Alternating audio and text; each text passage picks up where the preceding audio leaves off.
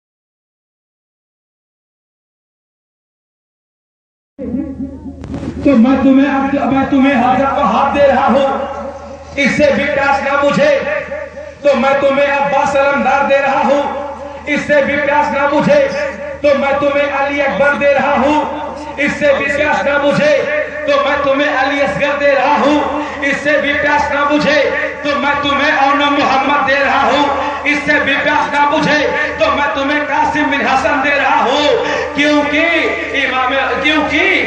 معزز سامعین کرام امام علی مقام علیہ السلام ارشاد فرماتے ہیں جو میں تمہیں حر دے رہا ہوں، جو میں تمہیں قاسم بن حسن دے رہا ہوں، جو میں تمہیں عباس علمدار دے رہا ہوں، جو میں تمہیں اون محمد دے رہا ہوں، جو میں تمہیں علی اصغر دے رہا ہوں، جو میں تمہیں اپنا بھائی دے رہا ہوں، جو میں تمہیں اپنا بیٹا دے رہا ہوں، ان کے خون بہانے کے بعد تم اپنی تلوار کو روک لو، اپنی تلوار کو روک لو۔ کیوں روک لو؟ کیونکہ علی اکبر کا قتل قتل مومن ہے، علی اصغر کا قتل قتل مومن ہے، عباس علمدار کا قتل قتل مومن ہے، عباس علمدار کا قتل قتل مومن ہے، قاسم بن حسن کا قتل قتل مومن ہے، اور قتل مومن شدید ترین گناہ ہونے کے بعد نانا کے دامن کو پکڑ کے مچل کر تمہاری بخشش میں کروا دوں گا، لیکن مجھ تک پہنچنے میں جلدی مت کرنا، کیونکہ میرا قتل جو ہے قتل مومن نہیں بلکہ قتل دین بن جائے گا، قتل دین بن جائے گا، اور شدید ترین گناہ قتل مومن ہونے کے بعد بخشش تو ہو سکتی ہے لیکن قتل دین کی بخشش کبھی نہیں ہو سکتی۔ اس لیے یزیدیو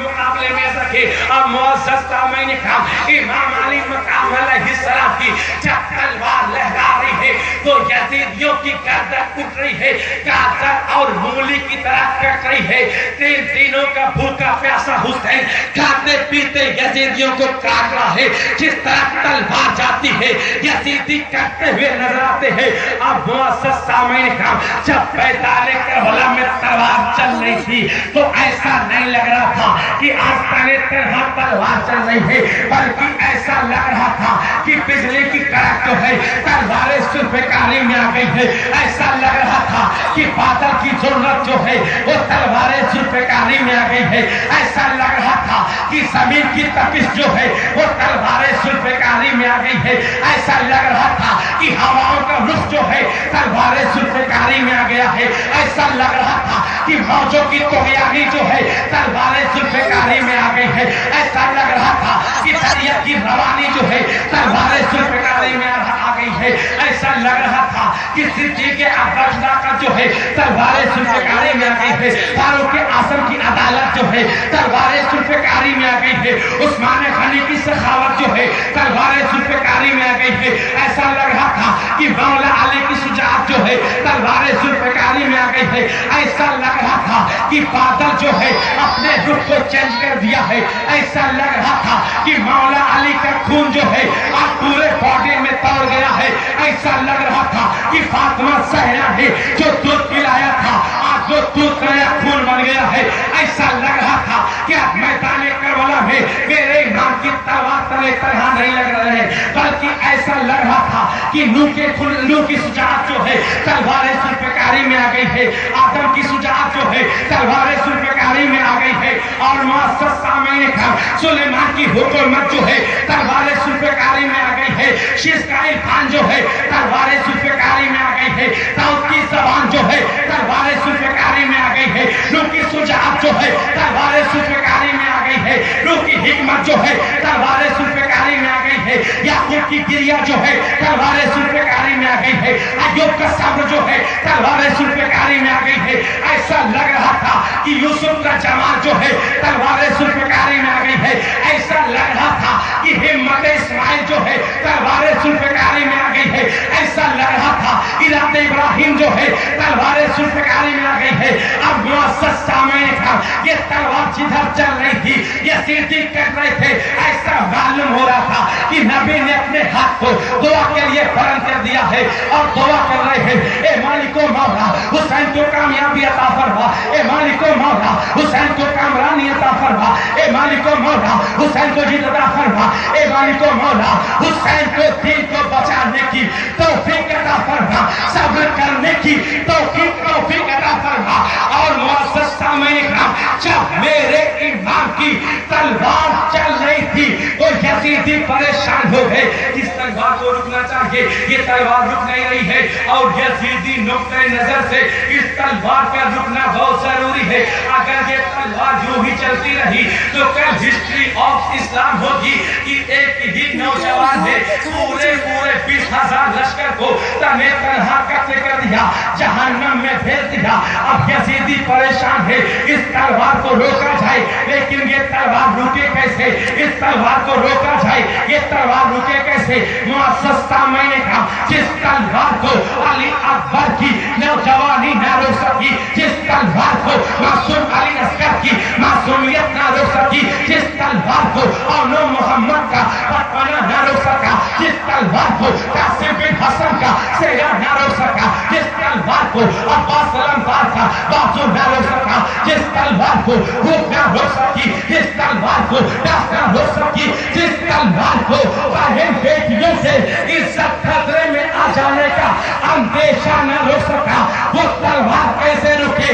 تلوار چل رہی تھی، گھوڑی کانپ رہا تھا، تلوار چل رہی تھی، سانپ کانپ رہا تھا، تلوار چل رہی تھی، یزیدی کانپ رہے تھے، تلوار چل رہی تھی، یزیدیوں کی ہمت پست ہو رہی تھی، تلوار چل رہی تھی، یزیدی جہنم میں جا رہے تھے، تلوار چل رہی تھی، یزیدیوں کے چھکے چھوٹ رہے تھے، تلوار چل رہی ہے، یزیدی مٹ رہے ہیں، تلوار چل رہی ہے، یزیدی کہہ رہے ہیں، تلوار رکی نہ. اچانک تلوار رک گئی تو دل میں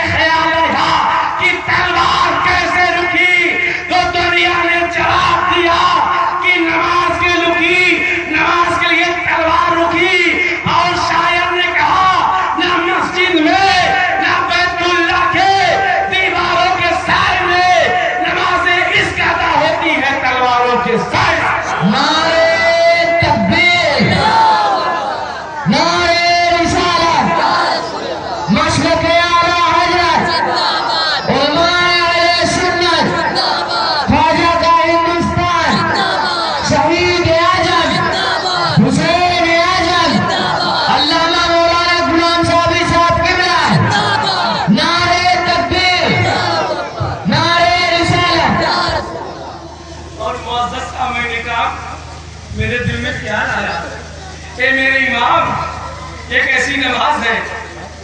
اے رسول کے نوازے، یہ کیسی نماز ہے؟ پورا بدن زخموں سے چور ہے، پورے بدن پہ زخم ہے، بدن کے ہر حصے سے خون نکل رہا ہے۔ اے میرے امام، یہ کیسا وضو ہے؟ اے میرے امام، یہ کیسی نماز ہے؟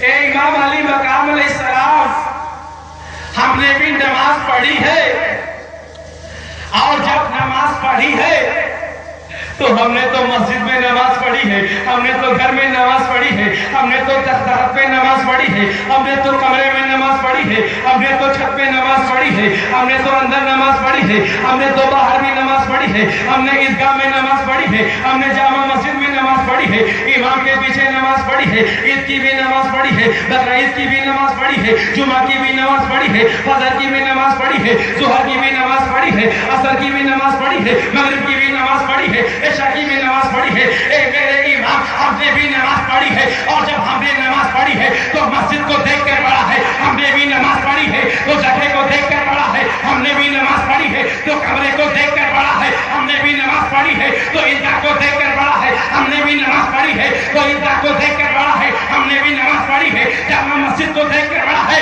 لیکن اے میرے امام، یہ کیسی نماز ہے جو تلوار کے سائے میں نماز پڑھی جا رہی ہے؟ یہ کیسی تلوار ہے جو تیر کے بیچوں بیچ نماز پڑھی جا رہی ہے؟ اے میرے امام، یہ کیسی نماز ہے جو نیزوں کی بھار پہ پڑھی جا رہی ہے؟ اے میرے امام، یہ کیسی نماز ہے جو تپتے ہوئے صحرا پہ پڑھی جا رہی ہے؟ اے میرے امام، یہ کیسی نماز ہے جو تپتی ہوئی ریت پہ پڑھی جا رہی ہے؟ اے میرے امام، یہ کیسی نماز ہے اس ریت پہ پڑھی جا رہی ہے جہاں علی اکبر کا خون ہے، علی اصغر کا خون ہے، اور محمد کا خون ہے، قاسم بن حسن کا خون ہے، عباس علمدار کا خون ہے۔ اے میرے امام، یہ کیسی نماز ہے جو یہاں آپ پڑھ رہے ہیں تو جواب ملتا ہے؟ اے دنیا والو، سنو، یہ ایسی نماز ہے کہ جس کے بدلے میں اللہ تبارک و تعالیٰ تا قیامت تک کے نمازیوں کے لیے نماز میں محبت دے دے گا، نماز میں چاشنی دے دے گا، نماز میں عشق دے دے گا، نماز میں لطف دے دے گا۔ نعرہ تکبیر، نعرہ رسالت، مسلک اعلیٰ حضرت، علماء اہل سنت، نعرہ تکبیر، نعرہ رسالت۔ یہ ایسی نماز ہے کرنے والے امام حسین کے نام سے بالو شاہی تقسیم کرنے والے، امام حسین کے نام سے لڈو تسلیم کرنے والے، امام حسین کے نام سے ان طلباء کی عزت کرنے والے، حافظوں کو بلانے والے، عالموں کو بلانے والے، بلانے والے، شاعروں کو بلانے والے، مقرروں کو بلانے والے، تم نے تو ثابت کر دیا کہ ہم ایمان کے چاہنے والے ہیں، ایمان کے ماننے والے ہیں۔ لیکن اے مسلمانوں، کبھی مسجد میں جا کر 5 ٹائم کی نماز بھی پڑھ لینا اور ثابت کر دینا کہ ہم ایمان کے چاہنے والے ہیں، مسجد میں آ کر نماز بھی پڑھ رہے ہیں۔ سبحان اللہ، نعرہ تکبیر، نعرہ رسالت، یا رسول اللہ، مسلک اعلیٰ حضرت، زندہ باد، علماء اہل سنت، زندہ باد، جشن شہدائے کرب و بلا، زندہ باد۔